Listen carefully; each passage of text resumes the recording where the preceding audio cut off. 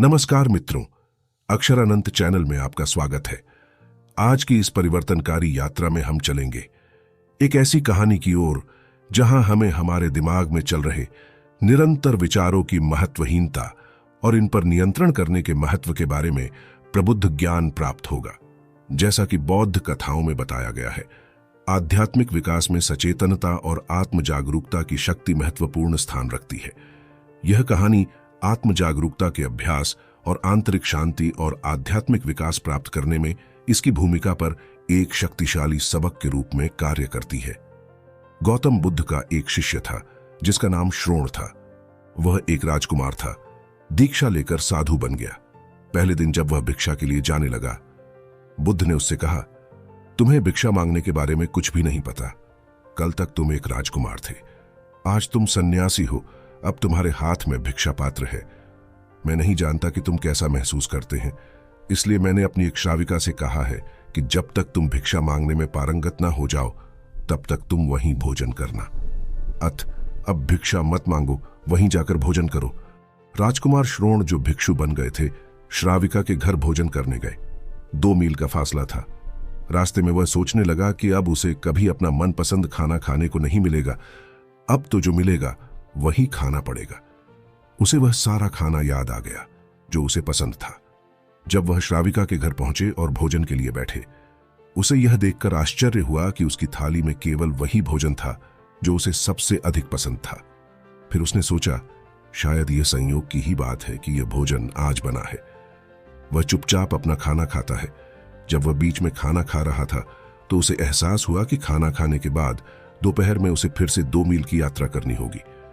उसने सोचा कि मैं भोजन के बाद आराम करता हूं। उसने कहा, हे साधु, यदि आप भोजन के बाद थोड़ी देर विश्राम करेंगे तो मुझे बहुत प्रसन्नता होगी। वह फिर थोड़ा आश्चर्यचकित हुआ। उसे लगा कि मैंने कुछ नहीं कहा, बस मन में ही सोचा।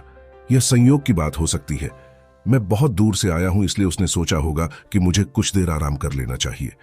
श्राविका ने उनके आराम करने के लिए चटाई बिछाई। वह उस पर लेट गया। लेटते ही उसने सोचा, आज मेरे पास न तो छाया है, न छप्पर और न ही शैया। अब तो आसमान ही छप्पर है और जमीन ही बिछौना है। आज उसके पास कुछ भी नहीं है। वह महिला साधु उसके पीछे थी। वह पीछे से बोली, हे साधु, आप ऐसा क्यों सोचते हैं? किसी के पास कुछ नहीं है। बुद्ध से बड़ी कोई छाया नहीं है। धरती से बेहतर कोई बिस्तर नहीं और आसमान से बड़ा कोई नहीं। कृपया अपने मन को इस तरह दुखी न करें। अब राजकुमार के लिए इस संयोग को स्वीकार करना मुश्किल हो गया। वह हतप्रभ होकर बैठ गया। उन्होंने कहा, क्या आप मेरे विचार पढ़ रहे हैं? क्या आप जानते हैं कि मेरे मन के अंदर क्या चल रहा है? उस श्राविका ने कहा, हां, अवश्य। राजकुमार ने पूछा, कैसे? महिला भिक्षु ने कहा, सबसे पहले मैंने ध्यान में अपने विचारों का अवलोकन करना शुरू किया। अब स्थिति यह हो गई कि अवलोकन करते समय मेरे अपने विचार गायब हो गए। मन निर्विचार हो गया है। अब जो मेरे निकट है उसके विचार मेरी निगरानी में आते हैं। राजकुमार साधु घबराकर उठ खड़ा हुआ और बोला, मैं अब जाना चाहता हूं, कृपया मुझे जाने दीजिए। उसके हाथ पैर कांप रहे थे। उस श्राविका ने कहा, आप इतना क्यों घबराते हैं? इसमें चिंता करने की क्या बात है? आपने अभी तक ठीक से आराम नहीं किया है। आप अभी लेटे हैं, कृपया आराम कर लें, फिर जाना। लेकिन साधु नहीं रुका। वह सीधे बुद्ध के पास वापस गया और उनसे कहा कि कल से वह श्राविका के यहां भोजन के लिए नहीं जा सकेगा। बुद्ध ने कहा, मामला क्या है? क्या कुछ गलत हो गया? राजभिक्षु ने कहा, भूल नहीं हुई। मुझे बहुत सम्मान मिला और मुझे वह भोजन मिला जो मुझे सबसे अधिक पसंद था, लेकिन मैं वहां नहीं जाऊंगा। कृपया इस मामले को छोड़ दें। बुद्ध ने कहा, बिना जाने मैं कैसे छोड़ सकता हूं? तब राजकुमार भिक्षु ने कहा, शास्ता, मैं वहां नहीं जाना चाहता क्योंकि वह महिला भिक्षुणी दूसरों के मन के विचार पढ़ सकती है और यह बहुत खतरनाक बात है क्योंकि उस खूबसूरत लड़की को देखकर मेरे मन में कामुक विचार भी आने लगे थे। निश्चय ही उसने भी मेरे वे विचार पढ़े होंगे। उसका मेरे बारे में क्या प्रभाव होगा?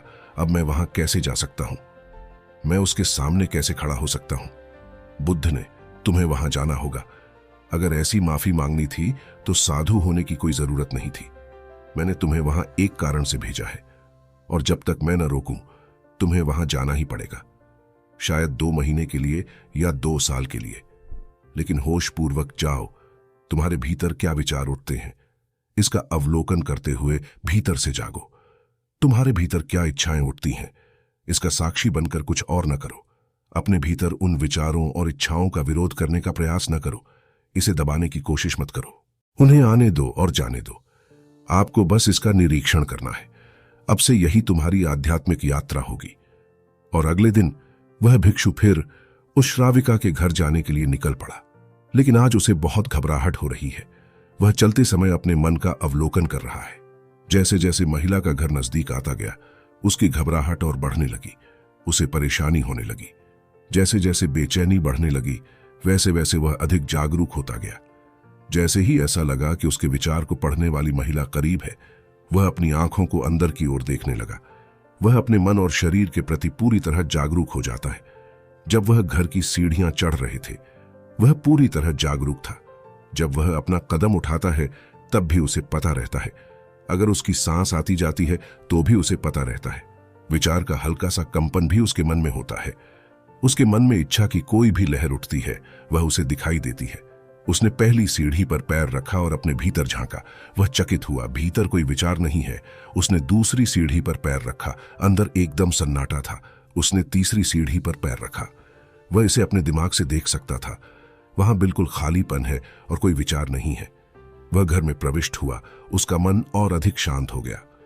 आज वह पूर्णतया जागरूक है, जैसे किसी घर में दीपक जले और हर कोना रोशन हो जाए। उसने चुपचाप खाना खाया और नाचता हुआ वापस आ गया।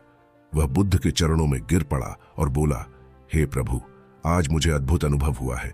जब मैं उसकी सीढ़ियों पर पहुंचा तो मैं अंदर से पूरी तरह जागरूक हो गया, पूरी तरह सचेत हो गया। मैं स्तब्ध था, एक भी विचार नहीं था। सारे विचार शून्य हो गए थे। बुद्ध ने कहा, मैंने तुम्हें इसीलिए वहां भेजा है। विचारों को निरस्त करने का तरीका है विचार के प्रति पूरी तरह जागरूक हो जाना। व्यक्ति जितना अधिक विचारों के प्रति जागरूक होता जाता है, उतने ही अधिक विचार उसके मन में नहीं आते। अब कल से वहां जाने की जरूरत नहीं। अब जीवन में ऐसे जियो जैसे कि तुम्हारे विचार हर कोई पढ़ रहा हो। अगर हम अपने जीवन में देखें तो पाएंगे कि हम सभी अचेतन अवस्था में रहते हैं। अपने जीवन में ऐसे जियो जैसे कि आपके आसपास के लोग आपके विचारों को पढ़ सकें। जरा कल्पना करें कि आप उस युवा भिक्षु के स्थान पर हैं और आप जानते हैं कि आपके सामने वाला व्यक्ति आपके विचारों को पढ़ सकता है। आपकी क्या प्रतिक्रिया होगी? क्या तुम कुछ सोच पाओगे? नहीं, आप अपने मन का अवलोकन करना शुरू कर देंगे। आप अपने मन में आने वाले प्रत्येक विचार के प्रति अधिक जागरूक हो जाएंगे। और जब आप अपने मन का निरीक्षण करना शुरू कर देंगे तो आपका मन सोचना बंद कर देगा। और जैसे ही आपका विचार गायब हो जाता है, वैसे ही आपकी इच्छा भी गायब हो जाती है। और जब आपके विचार और इच्छाएं गायब हो जाएंगी तो जागृति पूर्ण हो जाएगी। आपके मन में कोई भी दोष नहीं रहेगा। उस दिन आत्म क्रांति घटित होगी। इस अवस्था का जागरण ही चेतना का जागरण है, विवेक का जागरण। यह कहानी आपको पसंद आई हो तो इसे लाइक करें, कमेंट करें, शेयर करें और हमारे चैनल को सब्सक्राइब करें। धन्यवाद।